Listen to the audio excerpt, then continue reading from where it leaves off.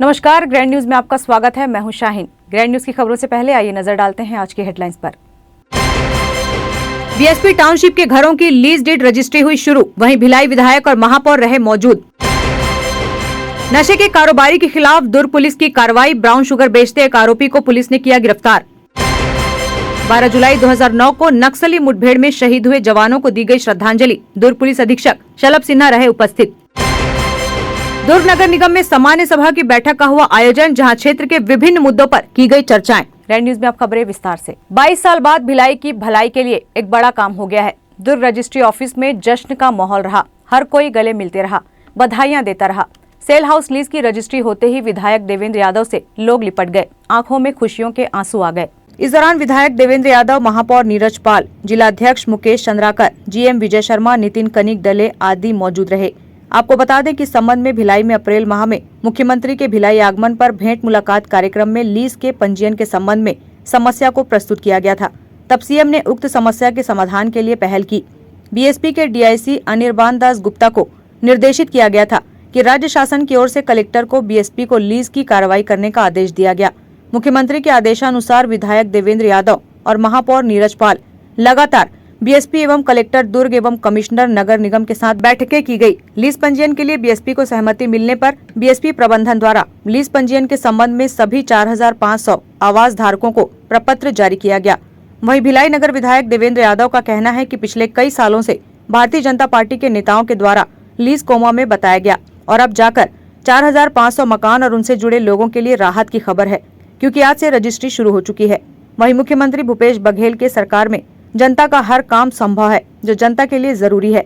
सभी लोगों को मैं धन्यवाद देता हूं, साथ ही साथ बीजेपी के मित्रों को भी धन्यवाद देना चाहता हूं। इतने सालों से जनता को आप लोगों ने गुमराह करके रखा था, अब भिलाई की जनता खुशी मना रही है।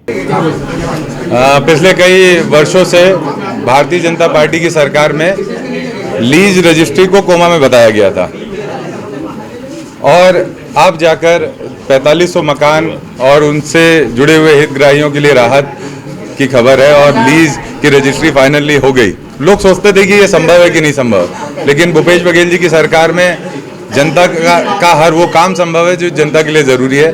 मैं बधाई दूंगा सभी को, जिला प्रशासन को, राज्य शासन को, आदरणीय बीएसपी प्रबंधन को, आदरणीय महापौर जी को, सभी को कि इतना बड़ा काम करने का अवसर हम लोगों को मिला।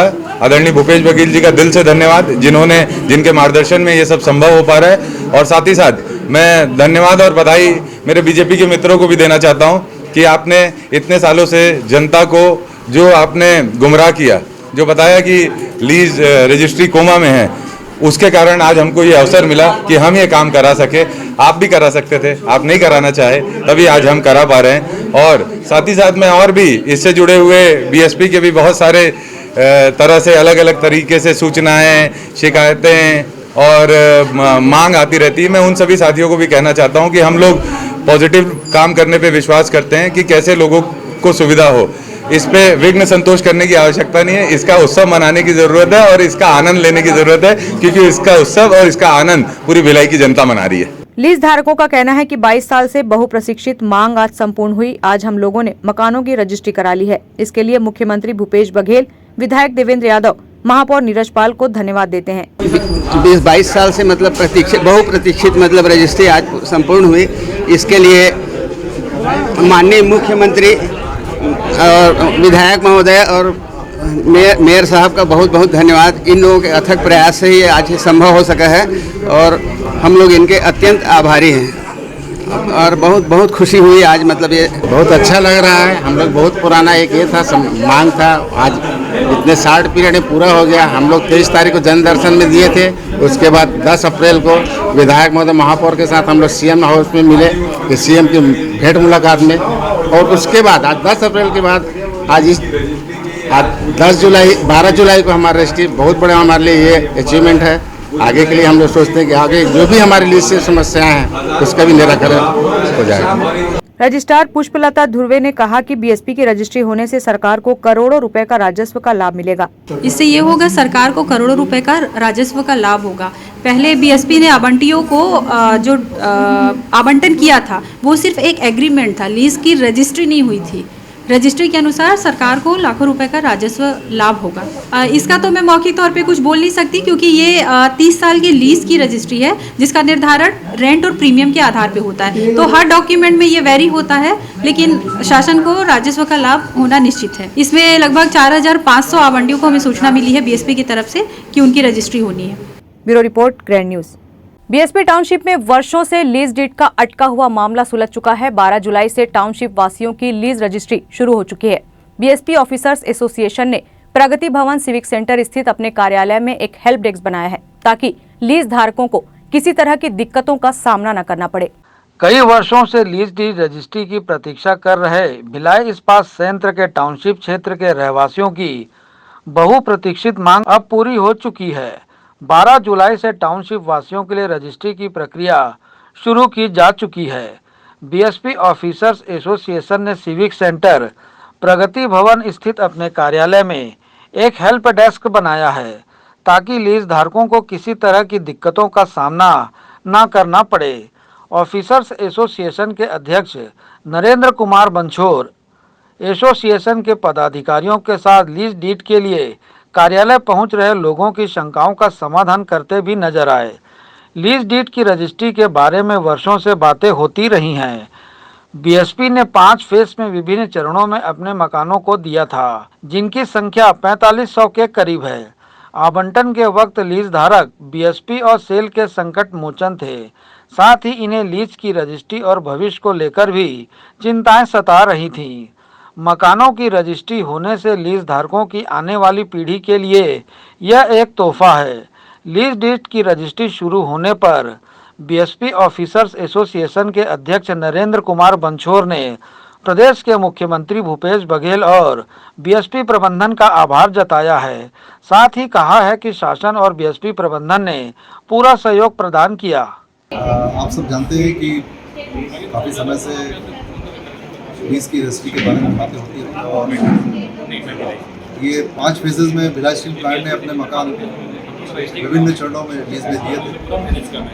करीब 4500 मकान लीज में दिए गए और ये भी बताने में मुझे गर्व हो रहा है कि वो मकान जब दिए गए उसका उद्देश्य था कि उन मकानों के लीज पर देने से बीएसपी की जो आय होगी उससे लॉन्ग रेंज की प्रोजेक्ट चालू होगा। तो ये जितने लीज धारक थे ये बीएसपी के संकट मोचक थे, सेल के संकट मोचक थे। उस समय जो परिस्थिति थी बीएसपी को आगे खड़ा करने के लिए, उसके लिए इन्होंने योगदान दिया। लेकिन लीज की रजिस्ट्री या लीज का भविष्य क्या होगा, इसको लेकर बहुत सारी चिंताएं थी सबके मन में। कोई ऑब्जर्वेशन काफ़ी समय से इसलिए प्रयास कर रहा था। हम लोग ने सितंबर 2012 में तत्कालीन मुख्यमंत्री डॉक्टर रमन सिंह से भी इस पर चर्चा की थी। उन्होंने भी संज्ञान में लिया, लेकिन आगे बात नहीं बन पाई।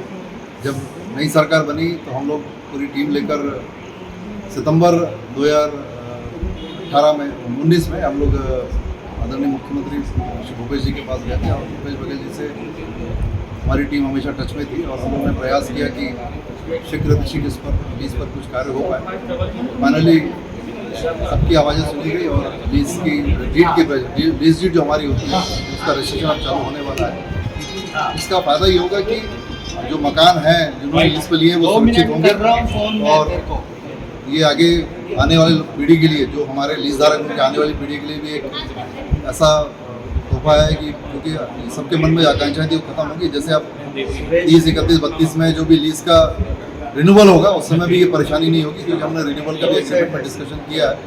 ये सब बातें करने से फायदा ये हुआ कि बीएसपी प्रबंधन भी खोलकर सामने आया। बीएसपी प्रबंधन ने पूरा सहयोग दिया, शासन ने पूरा सहयोग दिया, आदरणीय मुख्यमंत्री जी ने हमेशा सहयोग दिया। तो इस रास्ते पर हम लोग आ चुके हैं कि जो लीज धारक है वो अब सुरक्षित है भिलाई टाउनशिप में और जो भी प्रक्रिया है लीज डीड की वो चालू हो चुकी है। यहाँ पर हम लोग धीरे धीरे अपने साथी लीज धारक को यहाँ से लीज डीड बनाकर टाउनशिप भेजा जा रहा है। टाउनशिप में जाने के बाद पेपर चेक होंगे, पेपर चेक होने के बाद वो लीज धारक से साइन करा कर लीज डीड की 2 कॉपी से 1 कॉपी इनको देंगे। ये कॉपी रजिस्ट्रार ऑफिस जाएगी। रजिस्ट्रार ऑफिस में रजिस्ट्री की जो प्रक्रिया होती है नॉर्मल तरीके से वो प्रक्रिया होगी और उसके बाद लीज धारक को रजिस्ट्रेशन मिल जाएगी। तो एक प्रक्रिया जो नॉर्मल रजिस्ट्री की होती है उसमें होगी और सभी लीज धारकों को इसका फायदा होगा। हम लोग शासन प्रशासन को इसके लिए बहुत बहुत धन्यवाद देना चाहेंगे। बीएसपी प्रबंधन को बहुत बहुत धन्यवाद देना चाहेंगे, उन्होंने इसके लिए तत्काल कदम उठाए और इस कार्रवाई को चालू कराया। धन्यवाद। लीज डीड की रजिस्ट्री शुरू होने पर लीज धारकों के चेहरे पर खुशी देखने को मिली। इसके शुरू होने से टाउनशिप क्षेत्र के 4500 परिवारों की बहुप्रतीक्षित मांग पूरी हो सकी है। ग्रैंड न्यूज के लिए भिलाई से संजय दुबे। दुर्ग पुलिस के मोहनगर थाना क्षेत्र में नशे के कारोबारी के खिलाफ बड़ी कार्रवाई करते हुए 100 पुड़िया ब्राउन शुगर सहित आरोपी नागपुर महाराष्ट्र निवासी शेख एजाज से बड़ी मात्रा में मादक पदार्थ ब्राउन शुगर जिसकी कीमत तकरीबन 10 लाख रुपए की है, गिरफ्तार कर एनडीपीएस एक्ट के तहत कार्रवाई कर न्यायालय में पेश किया गया है। दिनांक 11/7 को मुखबिर द्वारा सूचना प्राप्त हुई कि ग्रीन चौक गोयल टिम्बर के पास की गली में एक व्यक्ति अवैध रूप से ब्राउन शुगर की बिक्री कर रहा है। इस सूचना पर एसीसीयू की टीम और थाना मोहन नगर की टीम द्वारा संयुक्त रूप से कार्रवाई करते हुए मौके पर रेड कार्रवाई की गई और इसमें एक व्यक्ति शेख एजाज निवासी यशोधरा नगर नागपुर को पकड़ा गया। उसके कब्जे से 100 पुड़िया ब्राउन शुगर जब्त किया गया है। इसमें टोटल 10.58 ग्राम ब्राउन शुगर प्राप्त हुआ उसके कब्जे से, जिसे अवैध रूप से बिक्री करा था और 2500 रुपए बिक्री की रकम भी प्राप्त हुई है। जब्त ब्राउन शुगर की अंतर्राष्ट्रीय कीमत करीब 10 लाख रुपए है और इस मामले में एनडीपीएस एक्ट के अंतर्गत कार्रवाई की गई है। आरोपी को गिरफ्तार कर जुडिशियल रिमांड पर भेजा गया है। मामले में अन्य आरोपी के संबंध में अभी जांच की जा रही है। इसके पास आया कहां से ब्राउन शुगर। प्राथमिक तौर पे उसने यही बताया कि वो नागपुर में उसने एक व्यक्ति से इसे लिया था। उसके बारे में वो जानकारी ज्यादा दे नहीं पा रहा है। 12 जुलाई 2009 को राजनांदगांव जिले के मदनवाड़ा में नक्सलियों से लोहा लेते हुए शहीद हुए जवान अमित नायक को श्रद्धांजलि देने छावनी थाना परिसर स्थित शहीद की प्रतिमा के समक्ष श्रद्धांजलि सभा का आयोजन किया गया। इस अवसर पर मुख्य रूप से पुलिस अधीक्षक शलभ सिन्हा उपस्थित हुए। शहीद पुलिस अधीक्षक वी.के. चौबे के नेतृत्व में राजनांदगांव जिले के मदनवाड़ा में नक्सलियों से मुठभेड़ करते हुए जवान अमित नायक 12 जुलाई 2009 को शहीद हो गए थे। अमित नायक को श्रद्धांजलि देने प्रत्येक वर्ष छावनी थाना परिसर स्थित उनकी प्रतिमा के समक्ष श्रद्धांजलि सभा का आयोजन किया जाता है।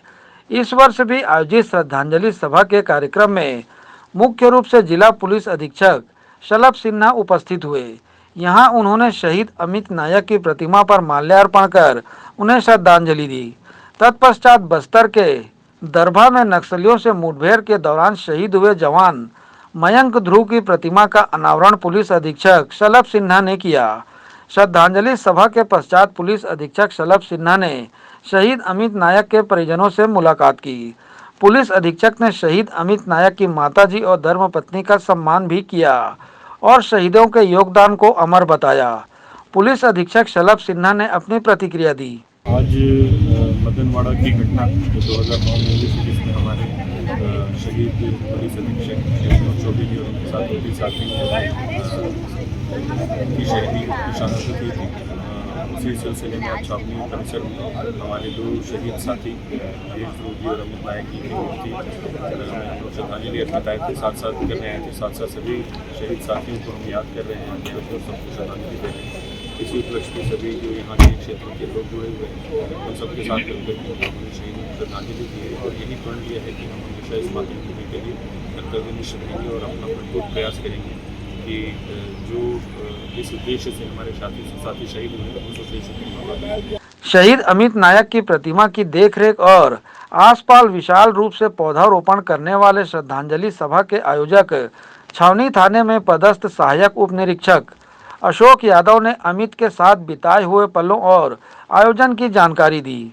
पहले तो मैं एक सिपाही हूँ पुलिस विभाग का और परिस्थितियों का सामना करना पुलिस के लिए बड़ा एक सवाल है और मेरे साथ आरक्षक अमित नायक भी काफ़ी महत्वपूर्ण काम किए जो 2009 में 12/7/2021 को शहीद हो गए थे और 2005 से 2008 में निरीक्षक सब इंस्पेक्टर थे यहाँ महेंद्र सिंह ध्रुव साहब, वो यहाँ सब इंस्पेक्टर थे। उनके साथ भी काफ़ी काम में संघर्ष किया और 2011 में उनका 21/11/2011 को शहीद हो गए थे दरभा में। तो मैं विभाग का काफ़ी एक सिपाही हूँ जवाबदार, इसलिए मैंने यादगार के लिए मैंने ये स्थापना कर दी और अपना दायित्व निभाया। श्रद्धांजलि सभा के आयोजन में अतिरिक्त पुलिस अधीक्षक ग्रामीण अनंत साहू, सीएसपी छावनी आशीष बंछोर सहित अन्य पुलिस अधिकारी और क्षेत्र के गणमान्य नागरिक उपस्थित थे। ग्रैंड न्यूज के लिए भिलाई से संजय दुबे। दुर्ग नगर निगम के आयोजित सामान्य सभा की विशेष बैठक में भाजपा पार्षद दल विरोध की तख्ती लेकर सदन पहुंचे। वहीं पक्ष और विपक्ष ने सदन में मुद्दों को लेकर एक दूसरे पर आरोप लगाया। दुर्ग नगर निगम द्वारा आयोजित सामान्य सभा की विशेष बैठक बुधवार को दुर्ग के खालसा स्कूल में आहूत की गई, जिसमें पक्ष और विपक्ष ने सदन में जनहित मुद्दों को लेकर हो रही लापरवाही को लेकर आरोप लगाया। तो वहीं सदन में जाति प्रमाण पत्र को बनाए जाने को लेकर दुर्ग नगर निगम के MIC प्रभारी अब्दुल गनी ने छत्तीसगढ़ के मुख्यमंत्री का आभार जताया। भाजपा के पार्षद नरेंद्र बंजारे ने माननीय सदन के सामने जाति प्रमाण पत्र को लेकर अपना उद्बोधन दिया। इसके साथ ही स्वास्थ्य प्रभारी हमीद खोखर ने सदन में अपनी बात रखते हुए भाजपा पार्षद मीना सिंह पर कटाक्ष किया, जिससे आक्रोशित भाजपाई पार्षद ने भी उद्बोधन दे रहे प्रभारी का घेराव कर विरोध जताया। गौरतलब है कि दुर्ग नगर निगम की सामान्य सभा की विशेष बैठक में छत्तीसगढ़ राज्य शासन के निर्देशानुसार जाति प्रमाण पत्र हेतु 12 जून 2022 से 16 मार्च 2023 तक कुल 451 आवेदन प्राप्त हुए। वहीं आवेदनों को ARI द्वारा भौतिक सत्यापन एवं पंचनामा किए जाने के बाद 393 पात्र हितग्राहियों एवं 58 अपात्र हितग्राहियों की सूची तैयार की गई, जिसके बाद आज सदन में पूरे समय जाति प्रमाण पत्र बनाने को लेकर सदन में चर्चा होती रही और क्रमवार पार्षदों से राय जानी गई। आज भैया एक विशेष सामान्य सभा बुलाई गई थी जाति प्रमाण पत्र को लेके, और एक विषय और था, लगभग 393 पात्र आवेदनों की सूची आज सामान्य सभा से सर्वसम्मति से पारित की गई है और 42 जो पिछले में शेष थे उनकी भी सर्वसम्मति से आज विशेष सामान्य सभा में पारित किया गया है। देखिए, ये नगर निगम के पास जो आवेदन कर रहे हैं जाति प्रमाण पत्र को लेकर, नगर निगम मेयर इन काउंसिल से पास करके सामान्य सभा से वो जिला प्रशासन को जाता है। नगर निगम ने अपनी प्रक्रिया को बहुत जल्दी पूर्ण की है और जिला प्रशासन के द्वारा भी इस प्रक्रिया को बहुत ही जल्दी पूर्ण किया जा रहा है। ये लोगों को इसका फायदा मिलना चालू हो चुका है। फायदा नहीं मिलता तो पहले राउंड में 161 आवेदन आए और दूसरे में सीधे 393 आए। फायदा मिल रहा है तभी तो आवेदनों की संख्या बढ़ रही है और पात्र हितग्राहियों का चयन करके हम लोग जिला प्रशासन को भेज रहे हैं। वहीं सामान्य सभा में विरोध करते उपस्थित भाजपा नेता प्रतिपक्ष अजय वर्मा और भाजपा पार्षद अजीत वैद ने आम जनता की समस्याओं को रखा। देखिए, मेरा स्पष्ट मानना है और इस देश का भी मानना है, कांग्रेस छलावा करती है और चुनाव जीतने के लिए किसी भी हद तक जाती है। याद कीजिए 1998 का वर्ष जब दिग्विजय सिंह जी ने 1 वर्षीय पट्टा बांट दिया था लोगों को, और वह 1 वर्षीय पट्टा आज किसी काम का नहीं रहा। इसी तरीके से उन शोषित वंचितों को एक झूठा सपना दिखाया जा रहा है कि हम आपको सरल तरीके से 1950 का रिकॉर्ड मांगे बिना जाति प्रमाण पत्र बना के देंगे। नगर पालिक निगम ने अपनी ड्यूटी पूरी की, उन्होंने इस सभा ने स्वीकृत करके भेज दिया। अब जिला प्रशासन क्यों नहीं कर रहा है? तो माननीय विधायक जी जो हर बात में आते हैं उनसे मैं जानना चाहता हूँ कि आखिरकार जिला प्रशासन राजपत्र की अवहेलना कैसे करता है? इनकी नियत में ही अनुसूचित जाति को, अनुसूचित जनजाति को सुविधा देना नहीं है, इनको भय दिखाना, इनको बांटना, राज करना कांग्रेस की संस्कृति रही है। ये उसी संस्कृति का अनुपालन कर रहा है। मैं चैलेंज करता हूं माननीय अरुण वोरा जी को कि आपके शहर में हमने स्वीकृत करके भेजा, एक भी व्यक्ति को अगर आप जाति प्रमाण पत्र बनवा के दिखा दिया हो तो वो बताएं, हमारे लिए उदाहरण बनेगा। आप केवल और केवल चुनाव जीतने के लिए छलावा करते हैं और सारा काम जो आप नहीं कर पाते हैं उसका ठीकरा नगर निगम के ऊपर बोलते हैं। मैं महापौर जी के ऊपर इसलिए नहीं बोलना चाहूंगा कि वो यंत्र चालित जीव हैं, वो मोहरे हैं, लगातार विधायक के पीछे घूमते रहते हैं और विधायक जी राजनीति में इतने संकोची प्रवृत्ति के हैं कि वो माननीय महापौर जी को काम करते नहीं। इन दोनों की लड़ाई में दुर्ग शहर की जनता पिस रही है। मैं अभी भी इनसे निवेदन करता हूँ, हाथ जोड़ के निवेदन करता हूँ कि माननीय विधायक जी उठिए, जागिए और इस शहर के अनुसूचित जाति, अनुसूचित जनजाति वर्ग के लोगों को सरकार जो देना चाह रही सुविधा उस पर आप पहल करें और इसे स्वीकृत करा के लाएं। आप केवल और केवल दिखावे की राजनीति न करें। आपके दिखावे की राजनीति का मैं सदैव आलोचक रहा हूं और रहूंगा। बच्चों को कॉलेज में एडमिशन नहीं मिल रहा है। एक ऐसी बिटिया है जो मैं उसको रूबरू जानता हूँ। उस बच्ची के पिताजी खत्म हो गए हैं, वो 12वीं पढ़ रही थी।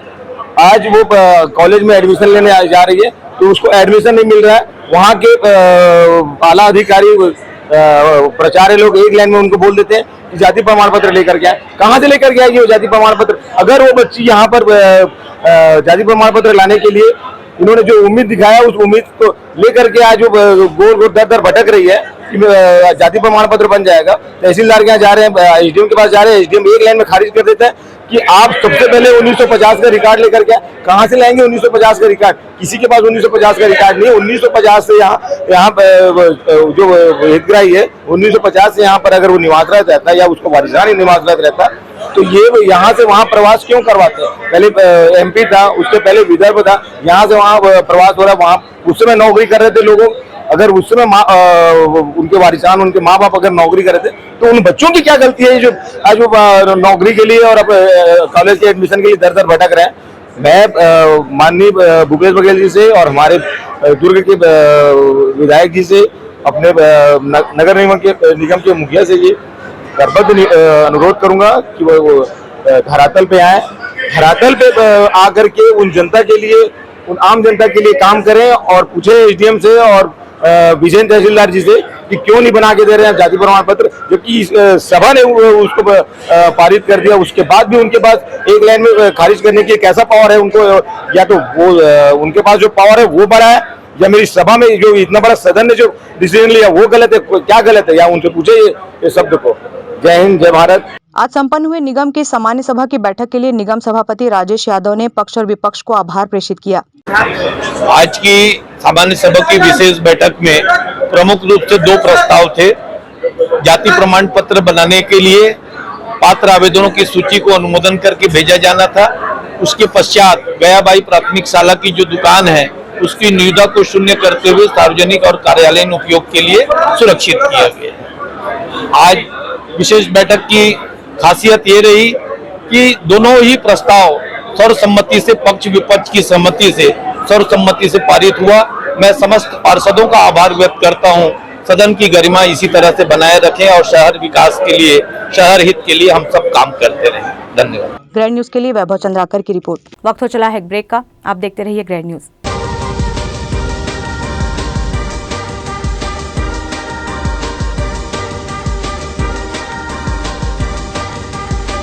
In today's busy life, you cannot afford to take time out for everything to be perfect for your marriage.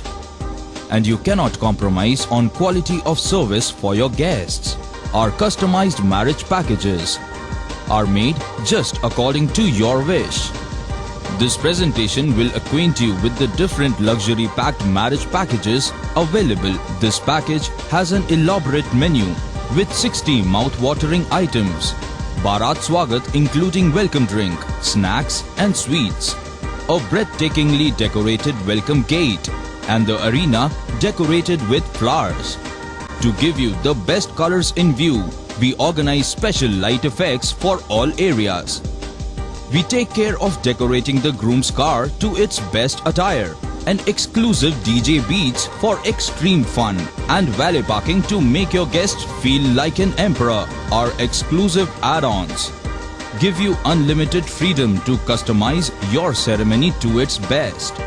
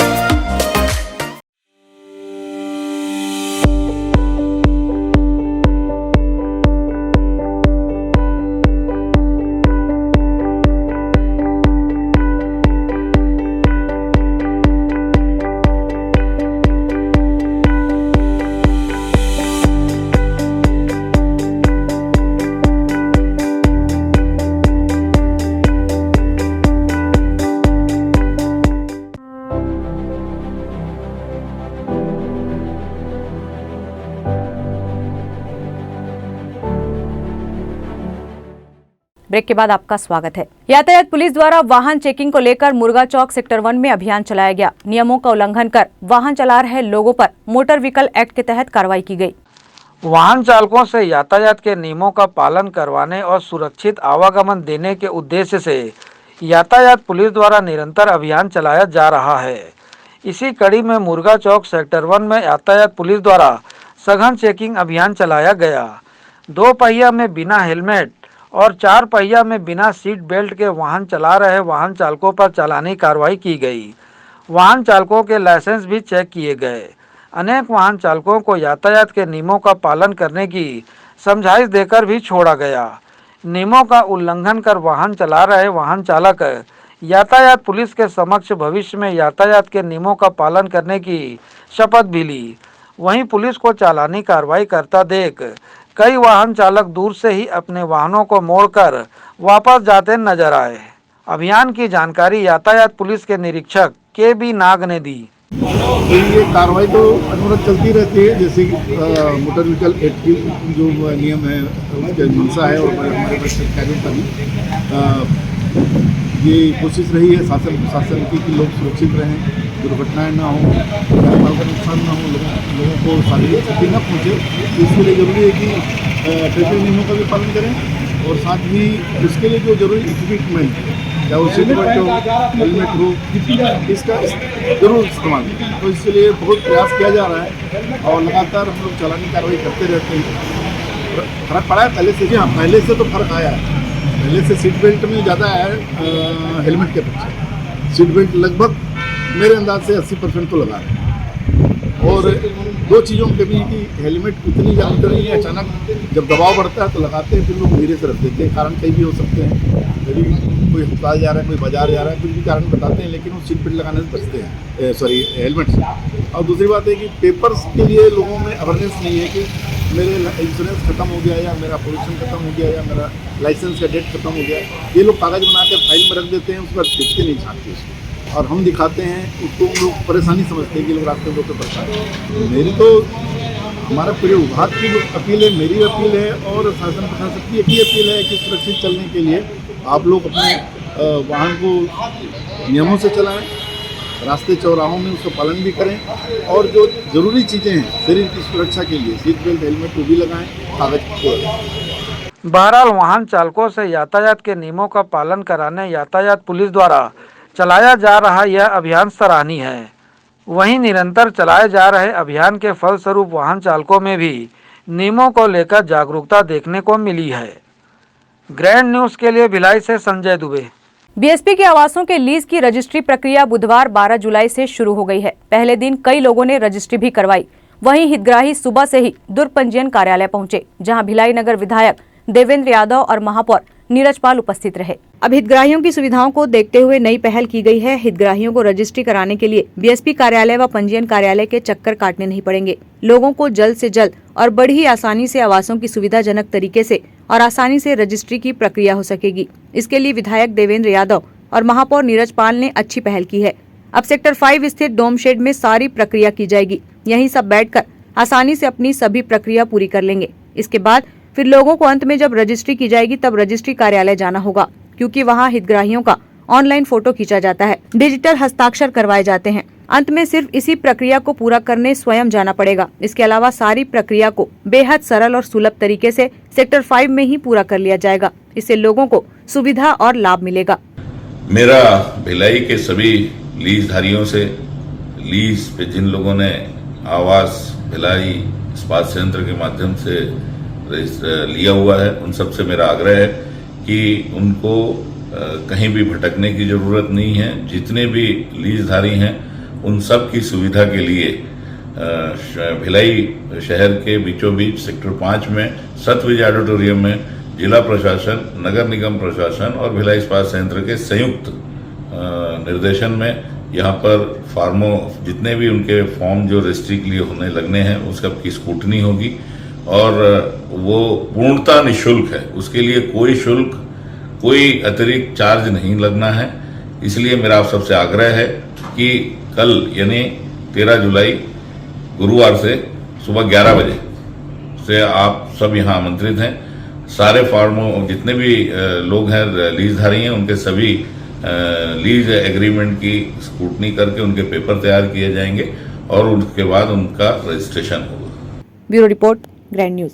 प्रगतिशील किसान संगठन के वरिष्ठ जनों ने मुख्यमंत्री के नाम ज्ञापन सौंपकर किसानों को हो रही समस्याओं के संबंध में अवगत कराया। प्रगतिशील किसान संगठन के नेतृत्व में प्रदेश के मुखिया भूपेश बघेल के नाम ज्ञापन सौंपा गया। किसान संगठन के अध्यक्ष IK वर्मा और राजकुमार गुप्ता ने बताया कि आज प्रदेश सरकार की निष्क्रियता के चलते किसानों की स्थिति बद से बदतर होती चली जा रही है। पिछले विधानसभा चुनाव में घोषणा पत्र में किसानों के लिए काफी वादे किए गए थे, लेकिन उसमें से कुछ वादों को अब तक पूरा नहीं किया गया है। साथ ही राजीव न्याय योजना के संबंध में भी जानकारियां दी गई। हमन आज राज्य में भूपेश बघेल सरकार जो वायदा कर रही है 2018 के विधानसभा चुनाव में, उनमें से 3-4 वायदा आज तक पूरा नहीं करे है। जैसे चना गेहूं के समर्थन मूल्य में सरकारी खरीदी, किसान मन के लिए पेंशन और रमन सरकार के जो बचे हुए 2 साल के बोनस एरा दे के वादा कर रही से आज तक सरकार पूरा नहीं करे है। तो हम वायदा याद दिलाए बर आ जा रहे हैं, ज्ञापन दे हैं मुख्यमंत्री के नाम में।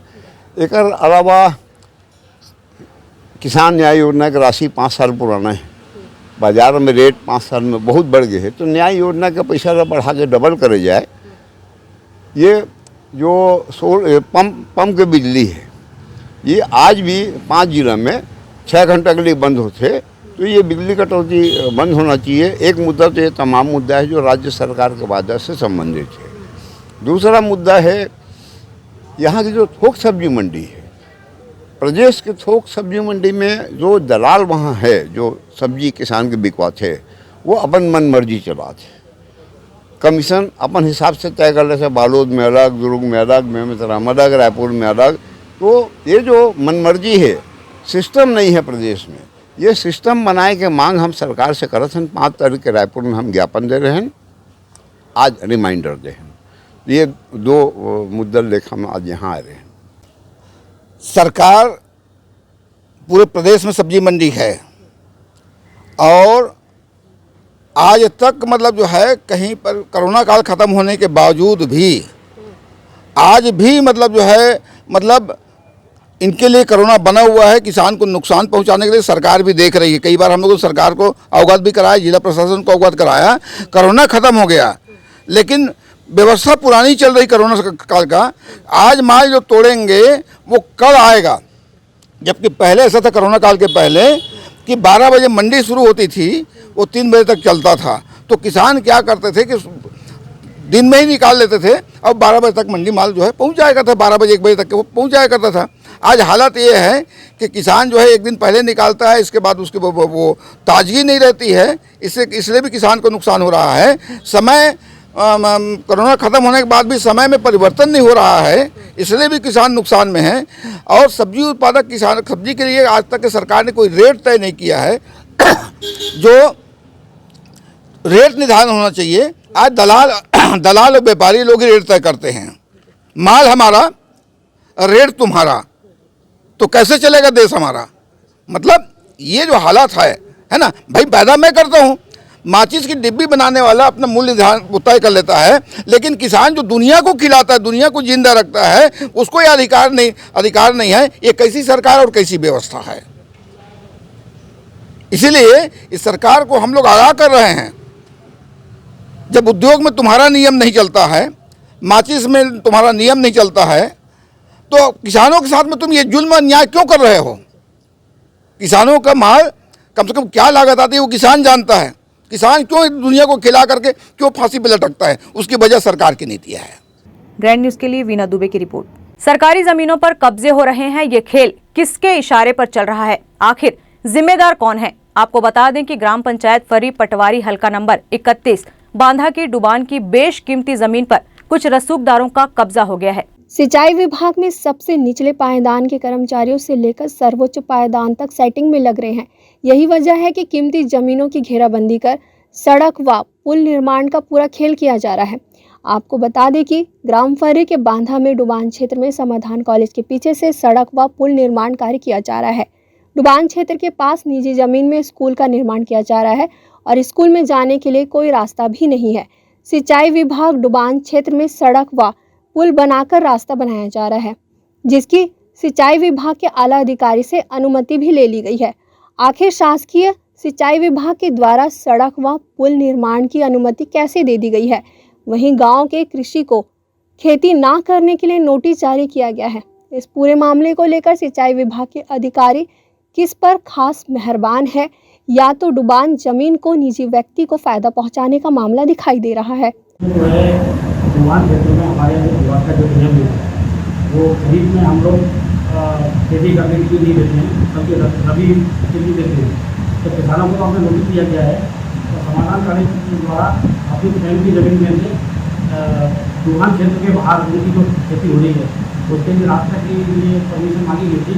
तो उसमें हम लोग उनकी कैचमेंट एरिया को बाधित न करते हुए वहाँ एक पाइप पुलिया का प्रोविजन बनाया जाए, जिससे तालाब का पानी जो रुक रहा है तो रुके नहीं, तो जैसे पहले पानी आ रहा था कैचमेंट से वैसे ही पानी निरंतर आता रहे। इस व्यवस्था को उनको उसकी अनुमति दी। हाँ, उसके उधर बांध के 10 डिसमिल जो होते हैं आधा ही का उसके लिए मैंने नोटिस भेजा है, और बांध के लिए जो घेरा है उसके लिए नहीं भेजा है नोटिस। अब उसका लिए भी उपाय करना चाहिए, परमिशन देके सुने हो उसको, और हम लोग का ऐसे नोटिस भेज दिया है। अब काम मालूम उसको वही जानेगा अधिकारी लोग। हम भी को जगह का चाहिए, हमको भी घेरा है उसका कमाई चाहिए, उसको छोड़ाएगा तो हम भी छोड़ेंगे। और मेरा निजी ज़मीन डूब क्षेत्र में आ गया है, जिसको मैं काश्तकारी करता हूँ और मैं काश्तकारी करता हूँ और महाराज जी को अविनाश तिवारी को रोड के लिए परमिशन दिया गया है सिंचाई विभाग द्वारा, और हम लोगों को अपने खुद का ज़मीन को जोत रहे हैं जो धारा कंडिका क्रमांक खगा धारा 84 के अंतर्गत जिस ज़मीन को हमें बोने खाने का अधिकार दिया गया है उसके लिए हमें नोटिस दिया गया है सिंचाई विभाग के द्वारा। गांव में और कुछ लोगों ने बांध के इर्द गिर्द भी कब्जा किए हुए हैं, जिसको शासन ने सुध नहीं ले रहे, और कुछ लोगों को परमिशन दिया है करके सुनने में आया है, वो रोड बनाने के लिए परमिशन दिया है sir. Bureau report, grand news. Chhattisgarh प्रदेश के पूर्व मुख्यमंत्री एवं राजनांदगांव विधायक डॉक्टर रमन सिंह आज अपने विधानसभा क्षेत्र राजनांदगांव के दौरे पर पहुंचे। इस दौरान उन्होंने शहीद दिवस के अवसर पर आयोजित रक्तदान शिविर में अफजाई की। प्रदेश के पूर्व मुख्यमंत्री एवं राजनांदगांव विधायक डॉक्टर रमन सिंह आज अपने विधानसभा राजनांदगांव शहर के शंकरपुर वार्ड पहुंचे। यहां डॉक्टर रमन सिंह ने हेल्थ एंड वेलनेस सेंटर में आयोजित रक्तदान शिविर में शामिल हुए। छात्र युवा मंच के द्वारा रक्तदान शिविर नक्सल हमले में शहीद हुए 29 जवानों की शहादत दिवस के अवसर पर आयोजित किया गया था। इस दौरान डॉक्टर रमन सिंह ने शहीद पुलिस अधीक्षक विनोद चौबे सहित 29 पुलिस जवानों को नमन करते हुए कहा कि उनकी याद में युवाओं के द्वारा रक्तदान शिविर किया जाना प्रेरणादायी कार्य है। वहीं डॉक्टर रमन सिंह ने हेल्थ एंड वेलनेस सेंटर को लेकर प्रधानमंत्री नरेंद्र मोदी का आभार जताया कि उन्होंने हेल्थ एंड वेलनेस सेंटर की शुरुआत की। डॉक्टर रमन सिंह ने कहा कि यह योजना गरीबों के लिए वरदान साबित हुई है। उन्होंने कहा कि अब उन्हें चिकित्सा उपचार के लिए भटकना नहीं पड़ता है, बल्कि उनके वार्ड में ही अस्पताल की सुविधा उपलब्ध हो रही है। इसकी स्थापना के बाद जितना उपयोग इसका हो रहा है गरीब बस्तियों में, मध्यम वर्गीय परिवारों के लिए, ये नरेंद्र मोदी जी की महत्वाकांक्षी योजना बीजापुर में इसकी शुरुआत की थी। और इसका मतलब ये होता है कि जब वार्ड के अंदर के रहने वाले गरीब लोग मेडिकल कॉलेज या डिस्ट्रिक्ट हॉस्पिटल ऑटो लेकर नहीं जा सकते, रिक्शा लेकर नहीं जा सकते, उनके लिए उनके घर के पास सुविधा युक्त हॉस्पिटल बने। और आज ये सुविधा युक्त हॉस्पिटल शंकरपुर में तैयार होने के बाद इस पूरे क्षेत्र का तस्वीर बदल गया है। इस क्षेत्र में रात को 12 बजे भी डिलीवरी होना है तो उसके लिए हॉस्पिटल तैयार रहता है, वैक्सीनेशन के लिए तैयार रहता है, कोविड जैसे महामारी में मदद के लिए तैयार रहता है। ऐसा उपयोगी हेल्थ एंड वेलनेस सेंटर में आता हूं तो मुझे खुशी होती है कि ये गरीब लोगों के लिए वरदान साबित हुआ। मोदी जी को बहुत बहुत बधाई, धन्यवाद दूंगा ऐसे सेंटर शुरुआत करके। यहाँ पे आज बहुत शानदार ब्लड शिविर छात्र युवा मंच के द्वारा हुआ। नागेश यदू जी और पूरी टीम के द्वारा अभी तक 52 बच्चों ने और हमारे लोगों ने ब्लड डोनेशन कर दिया है। रक्तदान से बड़ा कोई दान नहीं होता। व्यक्ति के जीवन में सबसे उपयोगी होता है रक्त। सब कुछ मिल जाता है पर इमरजेंसी में खून नहीं मिलता। मगर छात्र युवा मंच इस काम को अग्रणी भूमिका निभाता है। हर साल व्यापक शिविर लगा के लोगों के लिए जान बचाने का काम करता है और यहाँ आज 62 लाख से ज़्यादा के कामों का भूमि पूजन हुआ है। इस शंकरपुर के अंदर वो चाहे स्कूल प्रांगण में खेल मैदान का हो या सामुदायिक भवन के निर्माण का, ये सारी प्रक्रिया शंकरपुर में हुआ है। मैं यहाँ के पार्षद शिव वर्मा जी को बधाई देना चाहता हूँ उनकी सक्रियता के लिए। आज इस कार्यक्रम में उपस्थित हमारे सभी वरिष्ठ साथी मेरे साथ मौजूद हैं। माननीय सांसद संतोष पांडे जी मौजूद हैं, गोपचंद जी हमारे वरिष्ठ नेता, मधुसूदन यादव जी यहाँ पर मौजूद हैं, रमेश पटेल जी, नीलू शर्मा जी और सभी वरिष्ठ साथी आज मौजूद हैं। आज का ये कार्यक्रम निश्चित रूप से प्रेरणादायी कार्यक्रम है क्योंकि आज हम अपने उस वीर एसपी को याद कर रहे हैं। चौबे जी के स्मृति में ये ब्लड डोनेशन कैंप होता है जिन्होंने शहादत दी है नक्सल समस्या के निराकरण के लिए। उन जवानों को नमन करता हूँ जिन्होंने आज शहादत दी थी। उन सब के स्मृति में युवकों ने तय किया है राजनांदगांव के कि उस शहादत में उनको हम श्रद्धापूर्वक याद ही नहीं करेंगे, उनके जन्मदिन में अपने रक्त भी देंगे और लोगों की जान बचाने का काम भी करेंगे। उन युवकों का भी मैं नमन करता हूं जो ब्लड डोनेशन में अपना रक्त दिए हैं। अपने कार्यक्रम के दौरान डॉक्टर रमन सिंह ने शंकरपुर वार्ड के विभिन्न विकास कार्यों के लिए 62 लाख रुपए से अधिक के विभिन्न कार्यों का भूमि पूजन किया। इस दौरान शासकीय शंकरपुर स्कूल में उन्होंने खेल मैदान का भूमि पूजन के साथ ही क्षेत्र के लोगों के लिए सामुदायिक भवन की सौगात दी। इस दौरान उनके साथ राजनांदगांव कवर्धा लोकसभा क्षेत्र के सांसद संतोष पांडे और प्रदेश भाजपा उपाध्यक्ष मधुसूदन यादव उपस्थित थे। रक्तदान शिविर के आयोजन को लेकर छात्र युवा मंच की पदाधिकारी हेमा साहू ने कहा कि नक्सल हमले में शहीद हुए वीर जवानों की शहादत को नमन करने के लिए यह रक्तदान शिविर का आयोजन किया गया है। आज 12 जुलाई आज के दिन 2009 में मानपुर के क्षेत्र में मदनवाड़ा इलाके में हमारे राजनांदगांव जिले के 29 जवान नक्सली हमले में शहीद हुए थे, जिनके श्रद्धांजलि के लिए आज यहाँ पे रक्तदान शिविर आयोजित किया गया है। और साथ ही साथ हमारे राष्ट्रीय संगठन छात्र युवा मंच की स्थापना दिवस जिसे आज 11 वर्ष पूर्ण हो गए हैं, उसके उपलक्ष्य में यहाँ पे रक्तदान शिविर आयोजन किया गया है, जिसमें अभी तक 62 रक्तवीर अपने रक्तदान किए हैं और हमारा टारगेट था 50 यूनिट का, उससे आगे हो गया है। और ये छात्र युवा मंच का 77वां रक्तदान शिविर था। Bureau report grand news. Grand news की खबरों में फिलहाल इतना ही। अब इजाजत दीजिए, नमस्कार।